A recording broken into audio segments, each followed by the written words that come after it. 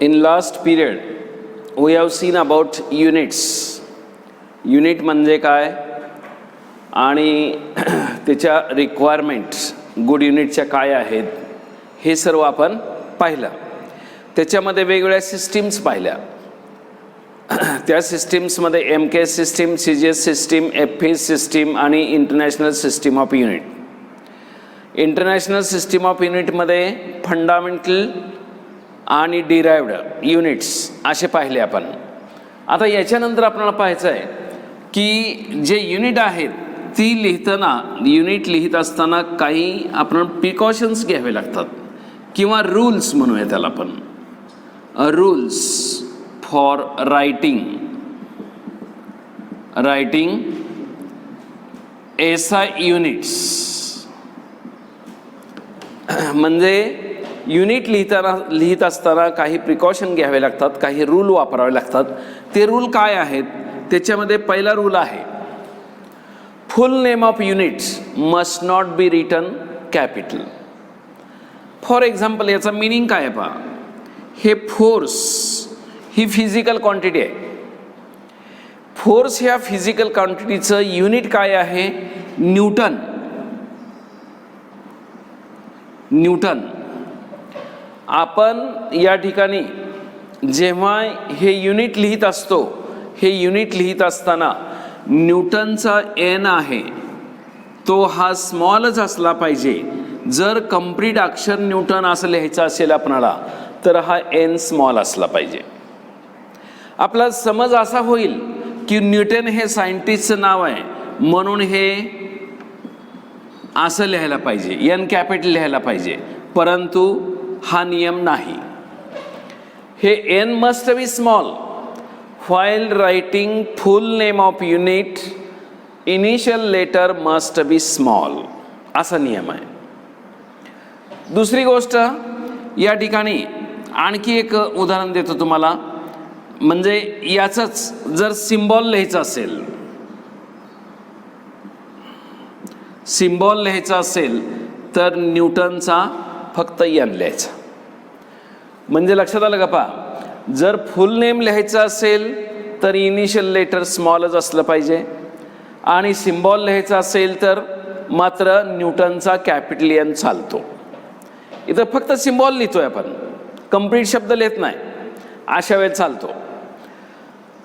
आणखी एक महत्त्वाचा पॉईंट असा आहे की याच नियमामध्ये महत्त्वाचं काय आहे पहा. कुठल्याही फिजिकल क्वांटिटीची व्हॅल्यू लिहिल्यानंतर म्हणजे 10 न्यूटन असं लिहित असताना इथं न्यूटनचा कॅपिटल N लिहिलेलं आहे. हे फुल नेम जे आहे असं लिहायचंच नसतं. हे 10 न्यूटन हे लिहायचंच नसतं या पद्धतीनं. हेच करेक्ट आहे. त्याला सिम्बॉलच वापरावं लागतं, कंप्लीट नेम वापरायचं नाही. तर हे झालं कंप्लीट नेमच्या बाबतीमध्ये, हे झालं सिम्बॉलच्या बाबतीमध्ये. पण हा जो रूल आहे, हे जे N कॅपिटल आहे किंवा या ठिकाणी वर्क डन हे कशामध्ये मोजतो आपण? जूलमध्ये. आणि त्याचं सिम्बॉल काय लिहितो? J. आता पहा, हे सिम्बॉल कॅपिटल N आहे, वर्क डनचं जूल हे कॅपिटल J आहे. हे काय आहेत? सायंटिस्टचे नेम आहेत. जे युनिट सायंटिस्टच्या नेमवरून आलेलं आहे अशा वेळेला ते कॅपिटल असलं पाहिजे. मात्र सायंटिस्टचं नेम नसेल तर बाकीचे जे युनिट्स आहेत त्यांचे सिम्बॉल्स, फॉर एक्झाम्पल टाईम हा कशात मोजतो आपण? सेकंदमध्ये. त्याचं सिम्बॉल स्मॉल s. पुन्हा या ठिकाणी वेट किंवा मास म्हणूया आपण. मास, हे मास जे आहे ते कशामध्ये मोजतो आपण? किलोग्रॅममध्ये. याचं सिम्बॉल कसं आहे? kg. हा K स्मॉल आहे, G स्मॉल आहे. म्हणजे रूल केअरफुली लक्षात घ्या. या पहिल्या कंप्लीट रूलचा नियम परत एकदा मी रिपीट करतो. कसं की पहिलं कुठलंही युनिट हे सिम्बॉलनंच दाखवायचं असतं. पहिला महत्त्वाचा पॉईंट. ज्या ज्या वेळेला आपल्या रायटिंगमध्ये हे युनिट म्हणून न्यूटन किंवा सायंटिस्टचं नेम येतं, अशा वेळेला हे एन जे आहे ते कॅपिटल काढायचं नाही, स्मॉल काढायचं. क्लिअर? नंतर जर सिम्बॉल दाखवायचा असेल तर सायंटिस्टचं नेम असेल तर ते कॅपिटल असलं पाहिजे, अदरवाईज ते स्मॉल असलं पाहिजे.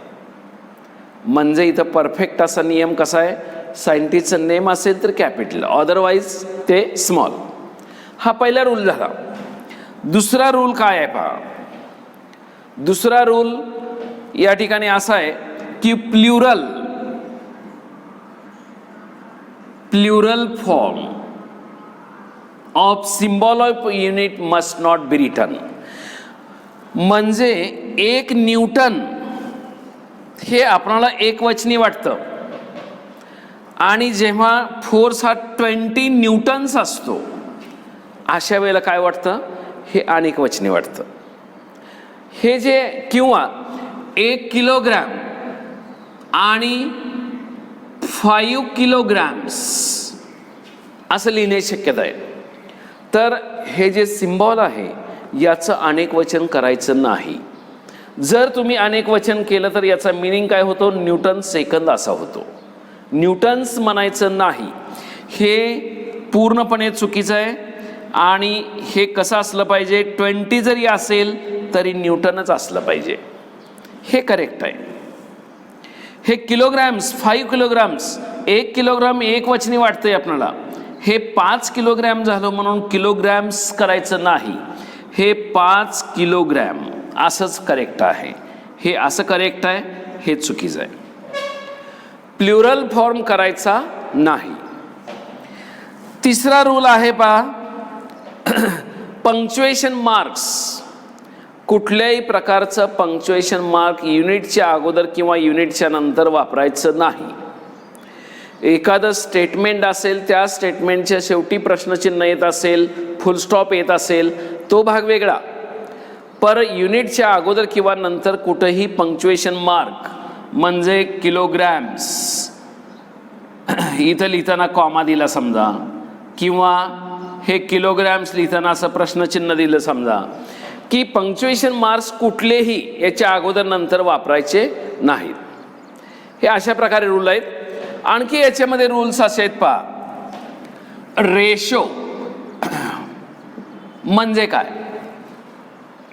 तर पहा, एखादी physical quantity, for example acceleration, ॲक्सिलरेशनचं या ठिकाणी युनिट आहे ते मीटर पर सेकंड स्क्वेअर आहे.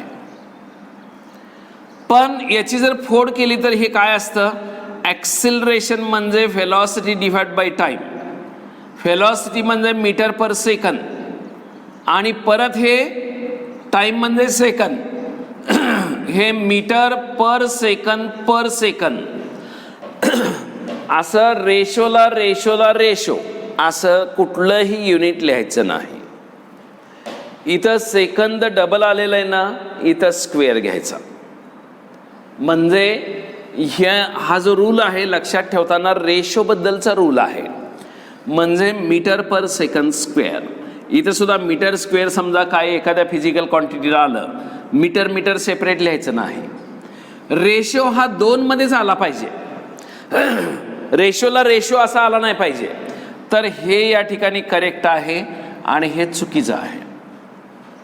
हा एक रूल आहे. नंतर पुढचा रूल जो आहे तो कॉम्बिनेशन ऑफ युनिट्स म्हणजे काय, हा संदर्भ फक्त सांगितलेला आहे. त्या रूल लक्षात ठेवण्यासाठी फक्त संदर्भ, इथं काय रेशोचा संदर्भ आहे, इथं कशाचा आहे, कॉम्बिनेशनचा संदर्भ आहे. कॉम्बिनेशनचा संदर्भ म्हणजे या ठिकाणी जूल पर किलोग्रॅम केल्व्हिन. इथं कसं आहे पहा, जूल पर किलोग्रॅम केल्व्हिन. इथं कॉम्बिनेशन आले, हा रेशो एक आला आणि परत इथं केल्व्हिन आलं. हे कॉम्बिनेशन लिहित असताना हे कॅपिटलच असलं पाहिजे जूलचं. हे काही वेळेला जूल पर किलोग्रॅम केल्व्हिन असं चालणार नाही.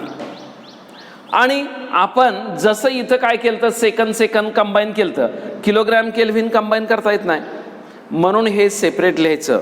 तर हे कॉम्बिनेशन ऑफ युनिट लिहित असताना अशा पद्धतीचे सिम्बॉल्स वापरायचे. याच्यानंतर प्रेफिक्स. हे प्रेफिक्स म्हणजे काय याच्या संदर्भात एक रूल आहे किंवा नियम आहे. प्रेफिक्स कशा पद्धतीनं म्हणजे यावेळेला काही क्वांटिटी या ठिकाणी टाईम समजा मोजायचा आहे आपल्याला, तर मिली सेकंद, नंतर मायक्रो सेकंद, नॅनो सेकंद अशा पद्धतीने लिहितात पहा. हे जे मिली मायक्रो नॅनो जे आहे हे प्रेफिक्स आहे. या प्रेफिक्सचं मिनिंग काय आहे तर याचा मिनिंग असा आहे, मिली म्हणजे 10⁻³ सेकंद, मायक्रो म्हणजे काय 10⁻⁶ सेकंद, नॅनो म्हणजे काय 10⁻⁹ सेकंद. तर अशा पद्धतीने प्रेफिक्सेस लिहायचे असतात. युनिट लिहित असताना हे युनिट लिहिताना आपण प्रेफिक्स वापरलेले आहेत. पण दुसरा एक महत्त्वाचा पॉईंट असा आहे की प्रेफिक्स वापरत असताना आता हे जे आहे नॅनो सेकंद, नॅनो सेकंद म्हणजे 10⁻⁹ आहे. जर आपण 10⁻³ 10⁻⁶ एकत्र केले सेकंद तर -6 - 3 किती होतात -9.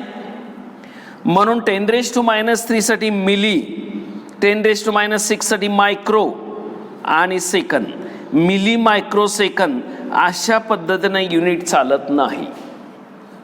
हे 639 त्याला नॅनोच म्हटलं पाहिजे. हे या ठिकाणी करेक्ट आहे, हे करेक्ट नाही. म्हणजे प्रेफिक्स बद्दलचा रूल अशा पद्धतीने आहे. आणि लास्ट रूल आहे 7 नंबर की या ठिकाणी एखादा युनिट लिहित असताना प्रिफिक्स लिहित असताना त्याच्यामध्ये जो स्पेस आहे, स्पेस याच्या संदर्भातला रूल आहे. तो रूल काय आहे पहा. समजा मिली सेकंद असं लिहित असेल आपण, मिली सेकंद, तर मिली आणि सेकंद हे ॲक्च्युली MS असं लिहिलं की हे मिली सेकंद होतं. पण काही वेळेला आपण मीटर पर सेकंद हे जे आहे ते असं लिहिलं तरी चालतं. काय मीटर (10⁻⁻⁻1). पहा हे सेकंद खाली जे आहे डिनॉमिनेटरला ते न्यूमरेटरला फक्त घेतलंय मी आणि मीटर (10⁻⁻1) अशा पद्धतीने लिहिलेलं आहे. दोन्हीचं मिनिंग एकच आहे. पण हे लिहित असताना एखाद्या वेळेस मिस्टेक अशी होऊ शकते मीटर (10⁻⁻1). तुम्ही म्हणाल इथं आणि इथं काय फरक आहे. इथं गॅप नाही अजिबात, इथं गॅप आहे. तर मीटर (10⁻⁻1) इथं मध्ये गॅप असला पाहिजे. हा स्पेस आहे तो अतिशय महत्वाचा आहे. जर स्पेस नसेल तर असा मिनिंग होईल त्याचा मिली सेकंद, तसं मिली (10⁻⁻1). म्हणून हा स्पेस एक अतिशय महत्वाचा आहे. तर अशा पद्धतीने हे सर्व rules for writing SI units, सर्व रूल लक्षात आले का पहा. परत एकदा मी रिवाइज करतो म्हणजे तुमच्या लक्षात येतील. फुल नेम युनिट लिहित असताना वापरायचं नाही, सिम्बॉल वापरायचं. जेव्हा सिम्बॉल वापरतो, नेम ऑफ सायंटिस्ट असेल तर सिम्बॉल कॅपिटल वापरायचं, अदरवाईज ते स्मॉल लेटर असलं पाहिजे. हा पहिला रूल झाला. प्लुरल फॉर्म कुठल्याही युनिटचा वापरायचा नाही, दुसरा नियम. तिसरा नियम पंक्च्युएशन मार्क्स कुठलेही वापरायचे नाहीत. त्याच्यानंतर रेशो लिहित असताना 2 क्वांटिटीचाच रेशो आला पाहिजे, 3, 4, 5 क्वांटिटीचा नको. कॉम्बिनेशन करत असताना या ठिकाणी हे सिम्बॉलच वापरलं पाहिजे. अशा पद्धतीने वापरलं तर ते चुकीचं आहे. प्रेफिक्स वापरत असताना मिली, मायक्रो, नॅनो या पद्धतीनं त्यांच्या मिनिंगनुसार वापरायचं. आणि प्रेफिक्स वापरत असताना असे डबल प्रेफिक्स वापरायचे नाहीत, सिंगलच वापरायचा. आणि लास्ट सांगितला स्पेससाठी. म्हणजे युनिट लिहित असताना दोन्ही या मीटर आणि सेकंड रेज टू -1 मध्ये स्पेस असला पाहिजे, नाहीतर त्याचा मिली असा मिनिंग होऊ शकतो. अशा पद्धतीनं हे रूल्स आपणाला युनिट लिहित असताना वापरायचे आहेत. आता याच्यानंतर आणखी एक महत्त्वाचा पॉईंट आपण पाहणार आहे की प्रॉब्लेम सोडवत असताना ह्या युनिटच्या बाबतीमध्ये काय अडचणी येतात आपणाला त्याच्या संदर्भात आपल्याला पाहायचं आहे. तर फंडामेंटल SI युनिटमध्ये जे सप्लिमेंटरी SI युनिट्स आपण पाहिले, प्लेन अँगल आणि सॉलिड अँगल. तर हा प्लेन अँगल जो आहे तो अतिशय स्मॉल अँगल असेल तेव्हा तो रॅडियनमध्ये मोजतात, तर अँगल म्हटल्यानंतर आपल्याला काय म्हणजे माहीत आहे की तो कशात मोजतात, डिग्रीमध्ये. आणि रॅडियन कसं काय आलं, तर अतिशय स्मॉल अँगल असेल तेव्हा रॅडियनमध्ये मोजतात. तर रॅडियन आणि डिग्री याचं रिलेशन काय आहे, या रिलेशनच्या संदर्भात आपल्याला पाहायचं आहे. तर या ठिकाणी पहा, पाय रॅडियन म्हणजे 180 डिग्री. हे दोन्हीमध्ये रिलेशन आहे. हा सुद्धा अँगलच आहे, हा सुद्धा अँगलच आहे. 180 डिग्री असतात तेव्हा त्याला आपण पाय रॅडियन म्हणतो. आता याच्यावरून पहा, 1 रॅडियन म्हणजे किती, 1 रॅडियन म्हणजे किती. तर पहा, एक सिंपल फॉर्मेट लक्षात ठेवायचा मॅथमॅटिकली. इथं रॅडियनला रॅडियन आपण ठेवलंय आणि हे पाय आहे ते RHS ला घेऊया, 180 डिवायडेड बाय पाय. आणि ह्या पायची व्हॅल्यू जी आहे ती या ठिकाणी 3.142 एवढी वापरायची. म्हणजे 1 रॅडियन बरोबर एवढा डिग्री. जे काही कॅल्क्युलेशन करून इथं नंबर मिळेल ना, तो काय असणार, डिग्री असणार. म्हणजे तुम्हाला एका रॅडियनचे डिग्री किती हे मिळाले. याच्या उलट विचार करूया, याच इक्वेशनवरून 1 डिग्री म्हणजे किती रॅडियन. फक्त इथं 180 ऐवजी 180 अख्खा पूर्ण इकडे घेतला आपण या साईडला, इथं शिल्लक किती राहिला, 1 डिग्री. ह्या पाय रॅडियन याला फक्त काय करायचं, 180 ने डिवाइड करायचं, म्हणजे 1 डिग्री एवढे रॅडियन. आणि मग पायची व्हॅल्यू 3.142 डिवायडेड बाय 180, हे 10⁻⁻ मध्ये येईल. रॅडियन रॅड लिहिले तर चालतं.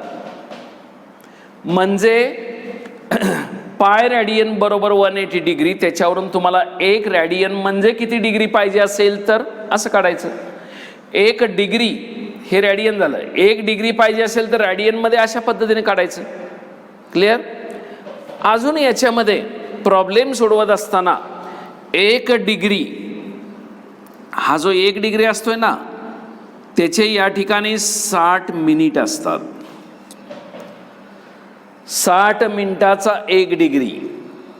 जसं डिग्री अँगल मोजताना रॅडियनमध्ये मोजतो, डिग्रीमध्ये मोजतो, तसंच या ठिकाणी मिनिटामध्ये सुद्धा मोजत असतो आपण. तर 60 मिनिटं म्हणजे 1 डिग्री असतो. हे 60 मिनिटं म्हणजे 1 डिग्री आहे. त्याचे रॅडियन किती आहेत, पाय डिवायडेड बाय 180. हे काय आहेत, रॅडियन. पहा, याच इक्वेशनचा आधार घ्या. 1 डिग्री ऐवजी 60 मिनिट लिहिले आपण, हे रॅडियनला रॅडियन लिहिलं. आता पहा, 1 मिनिट म्हणजे किती रॅडियन हे सुद्धा काढता येईल तुम्हाला. 1 डिग्री म्हणजे 60 मिनिट, हे या दोन्ही मधलं रिलेशन झालं. आता 1 डिग्री 1 मिनिट म्हणजे रॅडियन किती, इथलं 60 आहे ते इकडे घ्यायचं. पाय डिवायडेड बाय 180 इंटू 60, हे झाले रॅडियन. आणि आता परत म्हणजे अँगल हा डिग्रीत रेडियनमध्ये मिनिटामध्ये मोजतात, तसाच सेकंदामध्ये सुद्धा मोजतात. तर हे जे मिनिट आहे, 1 मिनिट म्हणजे 60 सेकंद. सेकंद म्हणजे डबल डॉट द्यायचा. बरोबर हे आहे असं लिहूया, पाय डिवायडेड बाय 180 इंटू 60 आणि हे रेडियन. आता आपल्याला पाहिजे काय, 1 सेकंद म्हणजे किती, पाय डिवाइड बाय हे 60 इकडे घ्या, 180 60 आणि रेडियन. तर अशा पद्धतीनं अँगल जे आहेत, अँगलचं कन्व्हर्जन जे आहे, म्हणजे रेडियनमध्ये, डिग्रीमध्ये, मिनिटामध्ये, सेकंदामध्ये यांचं कन्व्हर्सेशन कशा पद्धतीनं आहे हे तुम्ही हे पाठांतर आहे 180 डिवाइड बाय हे किती येतं हे पाठ करून लक्षात ठेवण्यापेक्षा फक्त रूल लक्षात ठेवायचा. 1 रेडियन, इथला पाय फक्त इकडे घेतलेला आहे आपण. प्रॉब्लेममध्ये त्या वेळेला हे पाय 180 एकमेकांना कॅन्सलेशननं कॅन्सल होत असतं. तर हे फक्त कन्व्हर्जनचे रूल्स या पद्धतीनं आहेत आणि हे अतिशय महत्त्वाचे आहेत. याच्यानंतर आपल्याला जे पाहायचं आहे ते अतिशय महत्त्वाचा पार्ट आहे. कुठला आहे पहा, तर आपण युनिट्स पाहिले. युनिट्स पाहिल्यानंतर ते युनिट कशा पद्धतीने लिहायचे ते पाहिलं. आता याच्यामध्ये measurement of length, measurement of length, measurement of length. तर ज्या फंडामेंटल क्वांटिटीजमध्ये ज्या 3-4 फंडामेंटल फिजिकल क्वांटिटी आहेत, लेंथ असेल, मास असेल, टाईम असेल, टेम्परेचर असेल, यांच्या मेजरमेंटबद्दल आपण थोडंसं डिटेलमध्ये पाहणार आहे. त्यापैकी सुरुवातीला मेजरमेंट ऑफ लेंथ सुरुवातीला घेऊया. आता लेंथ कशा पद्धतीनं मेजर करायची, अतिशय स्मॉल असेल, अतिशय लार्ज असेल तर कशा पद्धतीने मोजायची. अतिशय लहान असेल एकदम, या ठिकाणी आपण कमी अंतर जर मोजायचं असेल तर जनरली मीटर स्केलचा वापर करतो. म्हणजे घरातल्या या ठिकाणी मेजरमेंट असतील किंवा गल्लीतले मेजरमेंट असतील तर मीटरमध्ये भागतात, आपल्याला मोजता येतात. याच्यापेक्षा लहान पूटपट्टी असती पहा, पूटपट्टीच्या साहाय्यानं सुद्धा आपण या ठिकाणी मेजर करतो. पण या ठिकाणी ते FPS सिस्टीममधलं इन्स्ट्रुमेंट आहे. तर मीटर नंतर लहान आपल्या माहितीचं कुठलं आहे, सेंटीमीटर. मीटर पट्टी असेल, फूटपट्टी असेल, त्याच्यावरती सेंटीमीटरचं मार्किंग असतं. त्याच्यापेक्षा लहान काय आहे, मिलीमीटर. 10 मिलीमीटरला 1 सेंटीमीटर म्हणतो आपण आणि 100 सेंटीमीटरला काय म्हणतो, 1 मीटर म्हणतो. तर अशा पद्धतीनं हे अतिशय लहान मेजरमेंट या पद्धतीनं आपण करतो. याच्यानंतर मीटरपेक्षा मोठं युनिट कुठलं आहे, किलोमीटर. 2 शहरामधलं अंतर मोजण्यासाठी आपण कशाचा वापर करतो, किलोमीटरचा वापर करतो. 2 शहरामधलं अंतर मिलीमीटरमध्ये मोजल्यानंतर सुटेबल वाटेल का, नाही. सेंटीमीटरमध्ये सुटेबल नाही वाटणार, त्याच किलोमीटरचा वापर करतो आपण. किलोमीटर हे युनिट कसं आहे पहा, ॲक्च्युली SI सिस्टीममध्ये हे मीटर आहे, लेंथचं युनिट. आणि हे किलो म्हणजे काय, किलो म्हणजे 1000. किलोमीटर घेतल्यामुळं, मीटरऐवजी किलोमीटर घेतल्यामुळं सिस्टीम बदलत नाही, सिस्टीम SIच आहे. किलो हे 1000 साठी वापरलेलं असतं. हे किलोमीटरचा वापर कशासाठी करतो आपण, 2 सिटीजमधलं अंतर मोजण्यासाठी, 2 कंट्रीजमधलं अंतर मोजण्यासाठी हे आपण किलोमीटरचा वापर करतो. तर अशा पद्धतीनं अतिशय लहान, मग हे मिलीमीटर आहे, मायक्रोमीटर असेल, नॅनोमीटर असेल, असे लहानात लहान अंतर आहेत. आता हे मोजायचे कशा पद्धतीनं, हे फक्त युनिटबद्दल झालं. तर हे मोजत असताना अतिशय लहान म्हणजे एकदम लॅबमध्ये जे मेजरमेंट आपण करतो 0.001 सेंटीमीटरपर्यंत आपण मायक्रोमीटर स्क्रूगेजच्या सहाय्यानं अंतर मोजू शकतो. 0.01 सेंटीमीटर हे आपण व्हर्नियर कॅलिपरच्या सहाय्याने अंतर मोजू शकतो. तर अशा पद्धतीनं हे मायक्रोमीटर स्क्रूगेज, व्हर्नियर कॅलिपर, नंतर कंपासामधली पट्टी, नंतर मीटर पट्टी, नंतर या ठिकाणी मीटर स्केल, नंतर किलोमीटर, असं या पद्धतीनं लेंथ मोजण्यासाठी वेगवेगळे इन्स्ट्रुमेंट आपण वापरतो. तर आता प्रश्न असा आहे की 2 कंट्रीजमधलं सुद्धा अंतर आपण किलोमीटरनं मोजतो आणि मोजूही शकतो आपण, पण 2 प्लॅनेटमधलं अंतर कसं मोजायचं? 2 ग्रहांच्या मधलं अंतर, अर्थ आणि मून किंवा अर्थ आणि सन मधलं अंतर कसं मोजायचं? हा मोठा प्रश्न आहे. आणि त्यासाठी आहे पॅरलॅक्स मेथड. ती पॅरलॅक्स मेथड जी आहे अतिशय महत्त्वाची आहे. आपण पुढच्या पिरियडला ती पॅरलॅक्स मेथड पाहणार आहोत. We stop.